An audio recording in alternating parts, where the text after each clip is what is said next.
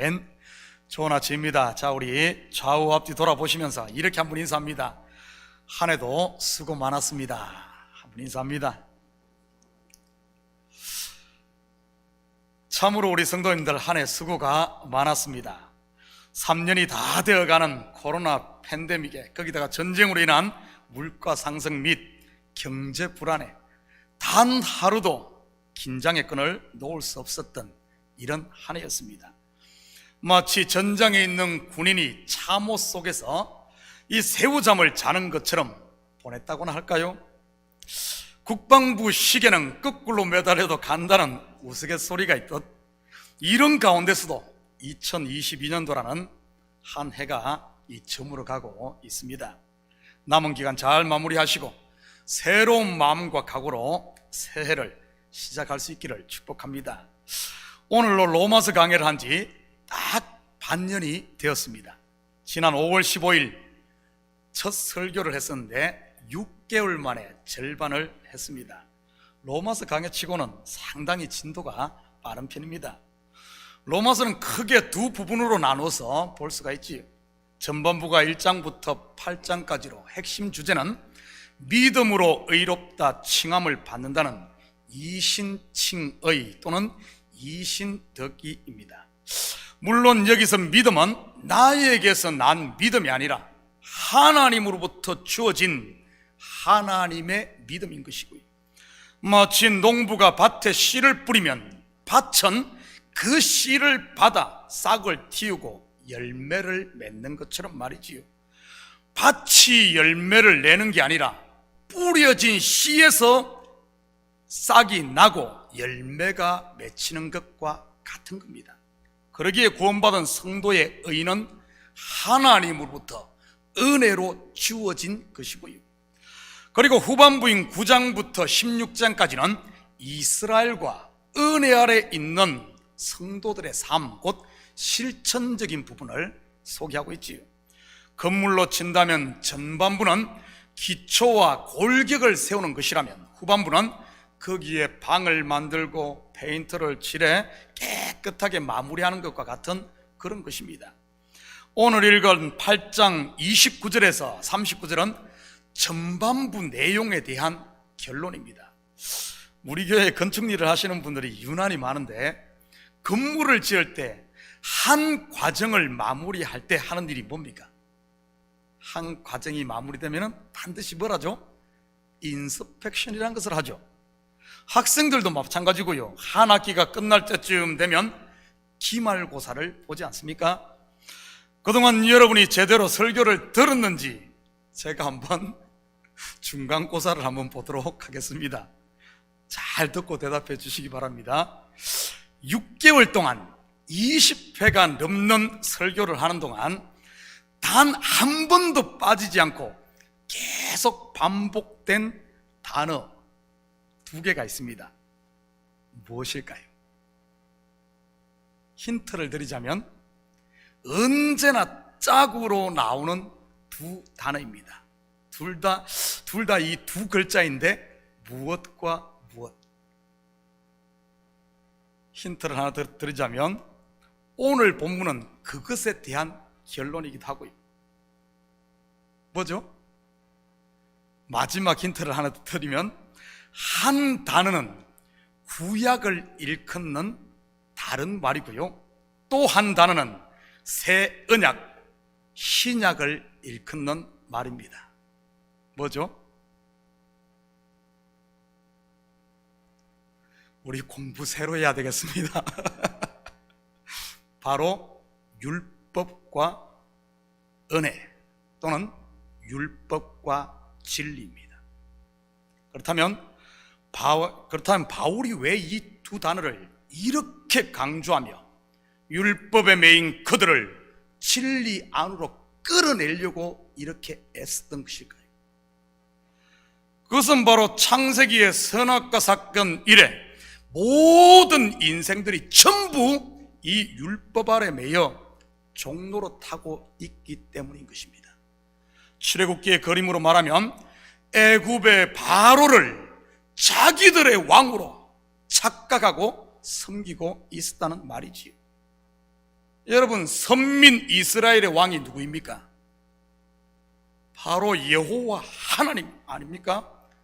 그런데도 430년이란 긴 세월 동안 종살이를 하다 보니 거기에 아예 젖어버리고 눌러 앉아 있었던 것입니다.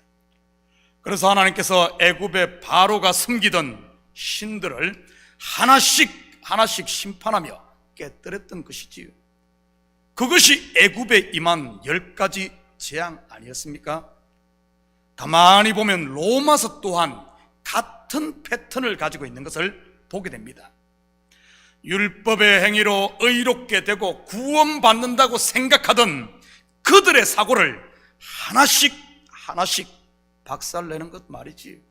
그런데 재미있는 사실은 그렇게 애굽에 내린 10가지 재앙과 심판을 직접 눈으로 보고 나온 이스라엘이지만 광야에서 조금만 어려움이 생기면 그때가 좋았어 하며 다시 애굽으로 돌아가려고 했다는 사실입니다.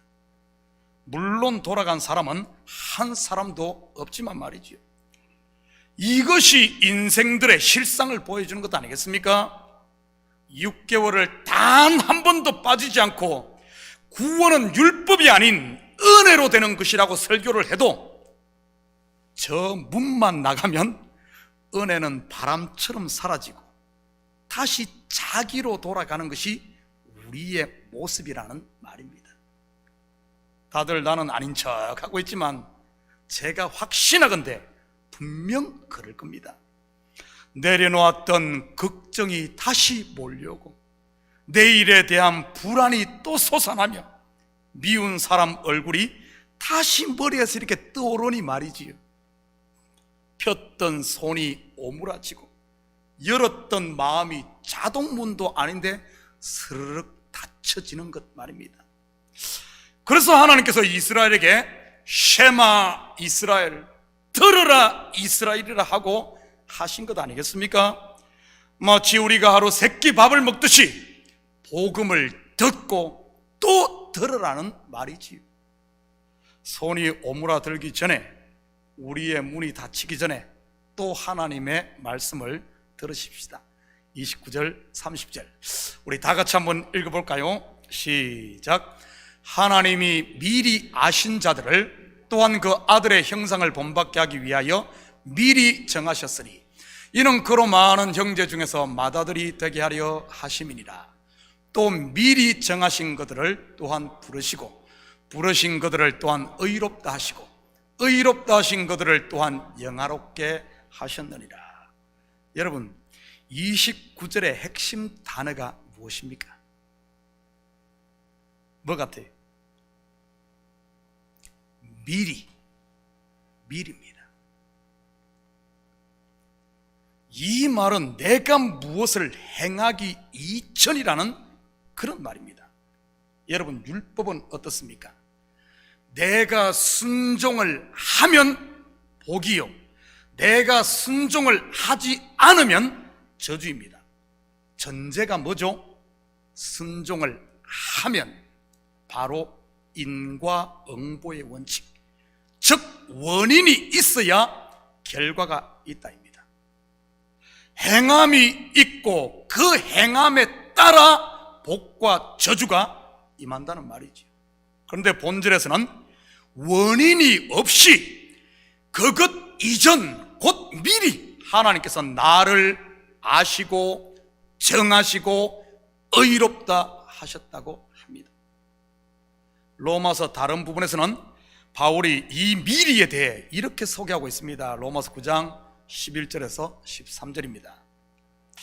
그 자식들이 아직 나지도 아니하고 태어나지도 아니하고 무슨 선이나 악을 행하지 아니한 때에 택하심을 따라 되는 하나님의 뜻이 행위로 말미암지 않고 오직 부르시는 이로 말미암아 서게 하리 하사 리브가에게 이르시되 큰 자가 어린 자를 섬기리라 하셨나니 기록된 바 내가 야곱은 사랑하고 에서는 미워하였다 하신과 같으니라. 태어나기도 전에, 행하기도 전에 말이지. 그렇다면 왜 하나님께서 이처럼 미리 아시고 정하시고 부르시고 의롭다 하시고 결국 영화롭게 하시는 것일까요? 그 아들의 형상을 본받게 하기 위해서입니다. 여기서 형상을 본받는다는 말이 무슨 뜻일까요? 형상을 본받는다, 성형수술 하라는 말일까요? 아니면 그의 선한 행위를 본받으라는 말일까요? 예수님께서 귀신을 쫓아냈으니 너희도 귀신을 쫓아내고, 예수님께서 병을 고쳤으니 너희도 병을 고치고, 예수님께서 떡과 물고기를 나눠주었으니 너희도 돈을 좀 나눠주고, 예수님께서 새벽에 기도했으니 너희도 새벽 기도를 반드시 하고, 예수님께서 성전의 상을 뒤엎었으니 너희도 교회 와서 강대상을 뒤집었고, 예수님께서 바리새인들과 종교 지도자를 향해 독사의 자식이라고 욕했으니 너희도 목사를 보고 사기꾼이라고 삿대질하고, 예수님께서 무리를 걸었으니 너희도 물에 뛰어들라는 그런 말일까요? 다들 이렇게 생각하고 있죠. 만약 이러한 것들이 형상을 본받는 것이라면 굳이 미리 정하고 불러 의롭다 하시고 영화롭게 할 이유가 없지 않습니까? 오히려 이래야지 더 잘하지 않을까요?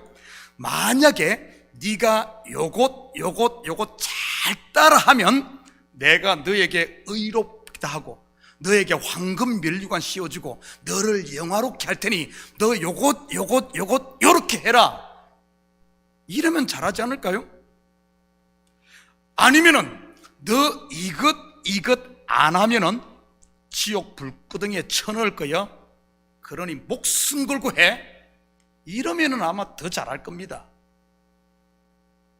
여러분, 미리 다 줘놓고 하라고 하면 어쩌죠?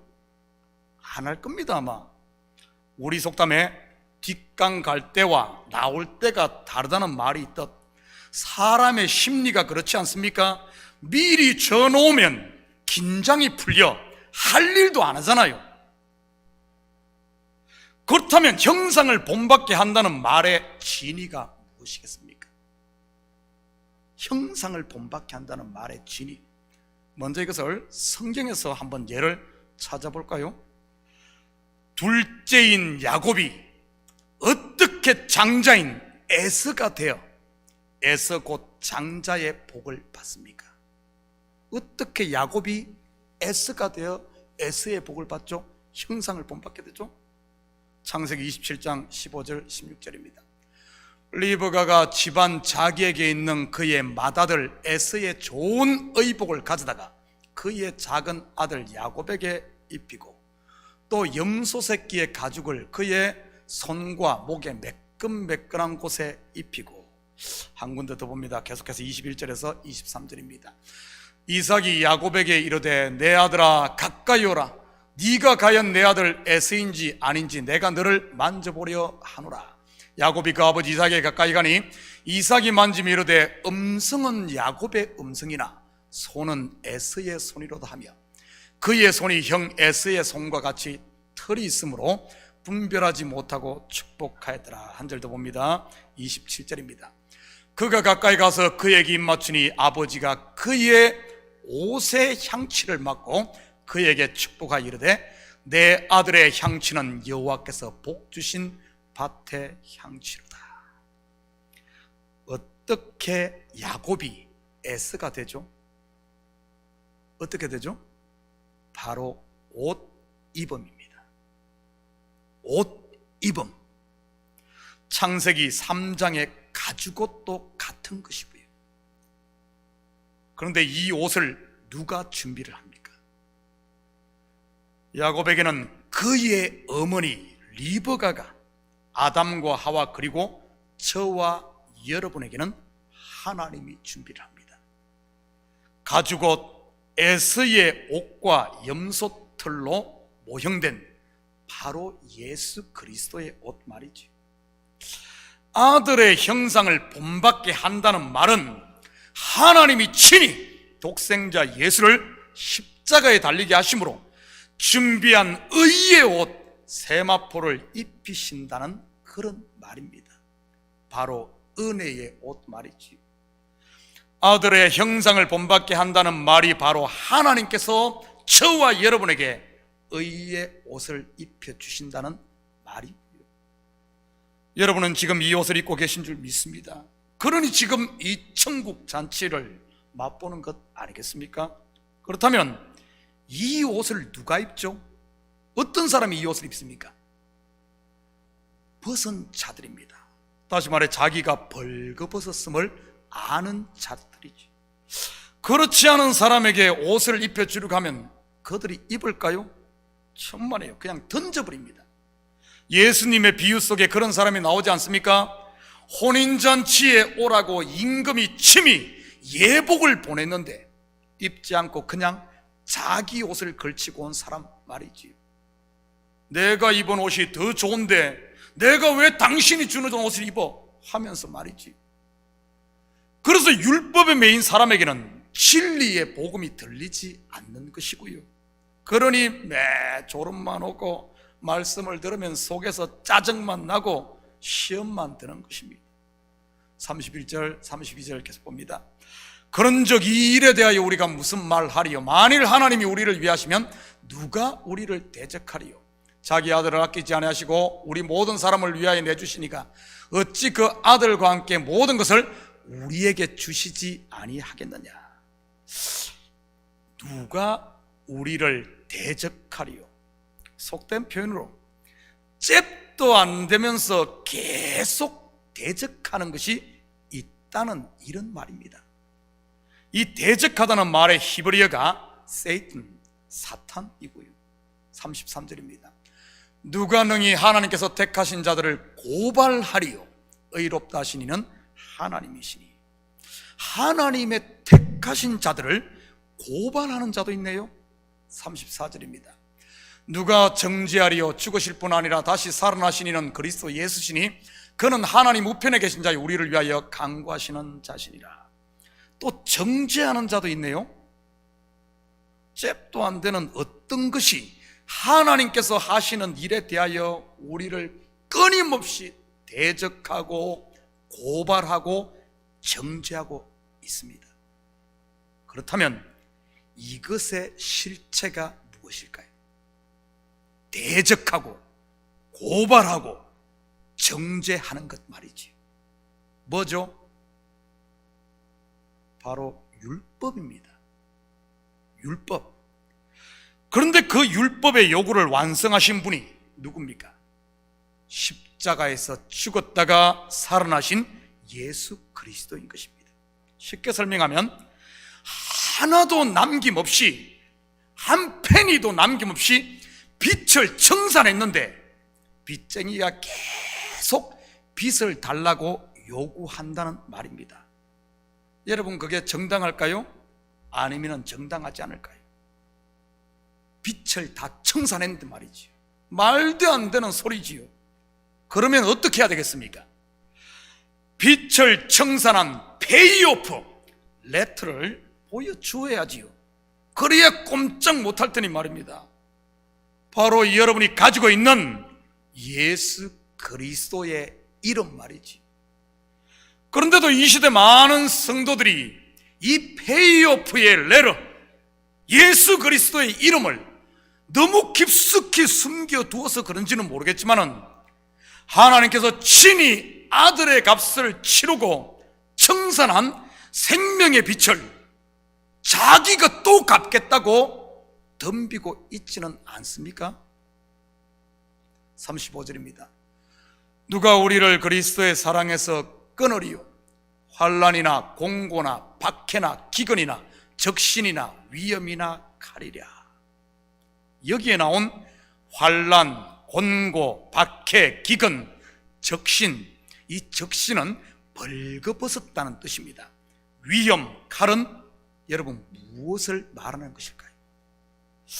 여기에 문장 구조를 잘 살펴보면 이것들이 전부 앞에서 소개한 성도들을 대적하고 고발하고 정죄하는 것임을 알 수가 있습니다. 이것이 뭐라고 했죠? 율법입니다. 율법이 주어진 목적은요, 우리가 벌거벗은 자임을 드러내 하나님이 준비하신 가죽옷, 곧 그리스도의 의의 옷을 입히기 위해서 아닙니까? 여러분에게 묻겠습니다. 여러분의 삶에 환난이 있습니까? 여러분의 삶에 환난이 있어요? 왜 그 환난이 있을까요? 왜 그 율법이 우리에게 있을까요? 생명나무이신 그리스도께로 인도하기 위해서입니다. 여러분에게 공고나 박해가 있습니까? 왜 그것이 성도인 여러분의 삶에 있을까요? 바로 내 눈을 열어 진리를 보게 하기 위해서인 겁니다. 여러분에게 기근이나 적신이 있습니까? 기근은 영혼의 목마름을, 적신은 여러분의 숨은 죄와 허물이 벌거벗은 것처럼 드러나는 것. 왜 있죠? 바로 생수를 주고 의의 세마포옷을 입혀 혼인잔치를 맛보라고 있는 것 아니겠습니까? 여러분에게 위험이나 칼이 있습니까? 시험에 넘어지고 좌우의 날성금이 지금까지 내 힘으로 쌓은 지식과 경험을 난도질해 부인시키는 것들 말이지요. 여러분, 왜 그렇게 하는 것일까요? 하나님, 바로 참된 평강과 하늘의 생명, 이 하늘의 생명 양식 곧 진리를 알게 하기 위해서 이런 것들이 우리 성도 주위에 다 있다는 사실입니다. 여러분을 골탕 먹이고 여러분을 그리스도의 사랑에서 끊어 지옥 보내려고 그런 것이 아니고요, 그래서 그런 것이 아니라는 사실입니다. 다시 말해 환난, 공고, 박해, 기근, 적신, 위험, 그리고 칼도 우리를 하나님의 자녀로 드러내기 위한 도구인 바로 율법, 곧 거룩한 하나님의 손이라는 사실입니다. 그런데 우리는 어떻게들 생각합니까? 이런 것들로 인해 시험에 빠지거나 넘어지면 구원을 잃어버린 것으로 생각하지는 않습니까? 실상은 우리 속에 있는 옛사랑과 찌꺼기를 제거해 정금으로 만드는 하나님의 선한 손임에도 불구하고 말이지요. 여러분 가운데 환난으로 인해 잠시 넘어져 있습니까? 하나님이 지금 일하고 계신 것임을 믿으시기 바랍니다. 여러분 가운데 양심의 가책으로 괴로워하고 있나요? 하나님의 사랑의 음성, 부르심인 줄 믿으시기 바랍니다.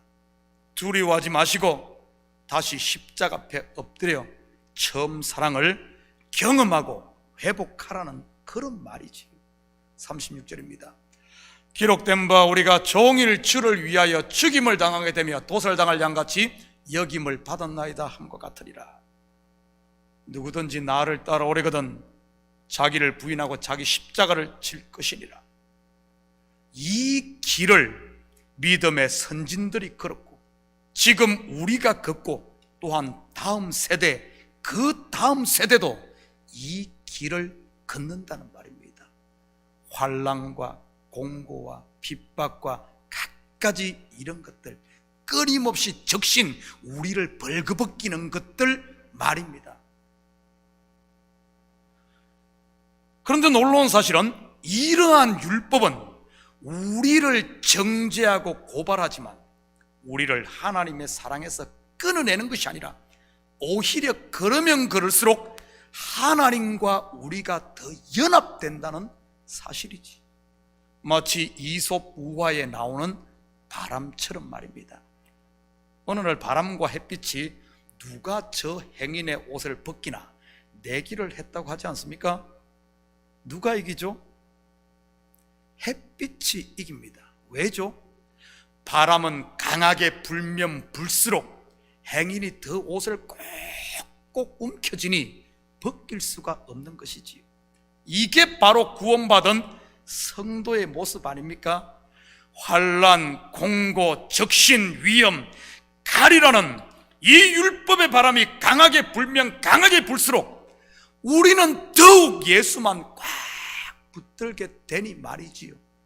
세상에 잡고 있던 이런 소망들을 하나씩 하나씩 놓으면서 하늘 소망으로 나가는 것이 바로 성도인 겁니다.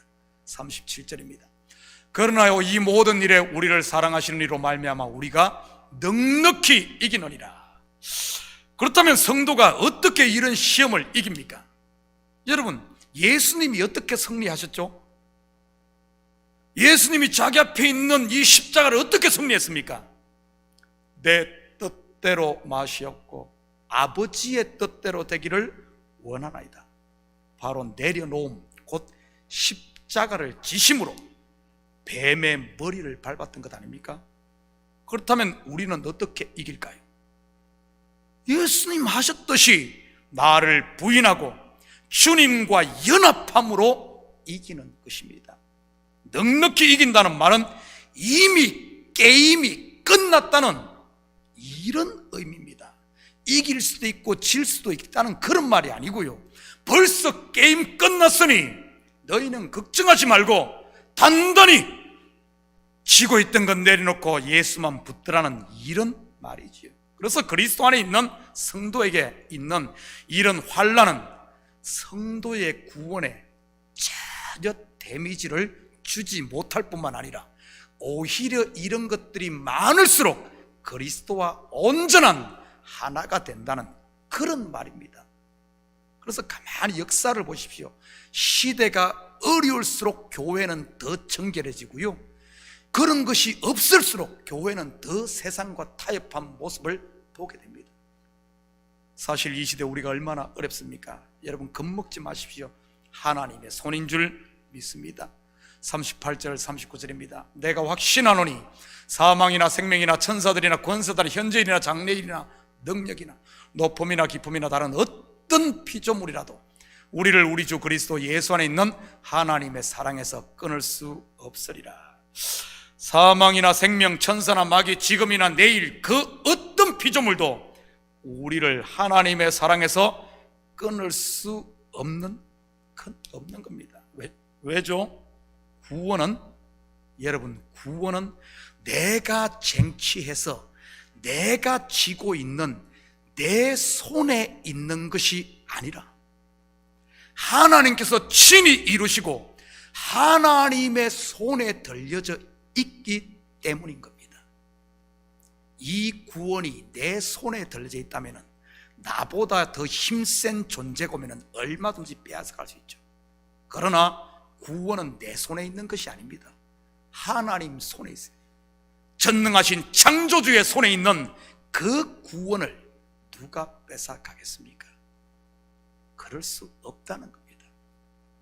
환난, 공고, 여러 가지 여러분 죄가 드러나고 막 괴롭고 모든 그런 것이 있습니까? 하나님의 복입니다. 하나님의 복, 나를 죽이기 위한, 지옥 보내기 위한 것이 아니라 나를 정결케 흠도 없고 티도 없는 그리스도의 신부로 만드는 하나님의 사랑의 또 다른 모습이란 거죠.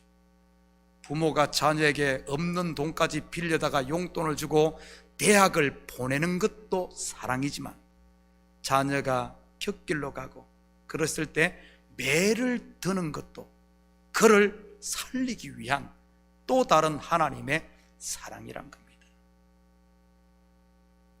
사랑하는 성도 여러분, 여러분의 삶에 시험이 있습니까? 신앙의 갈등이 있나요? 죄로 인해 괴로우십니까? 이러다가 지옥 가면 어쩔까 두렵습니까?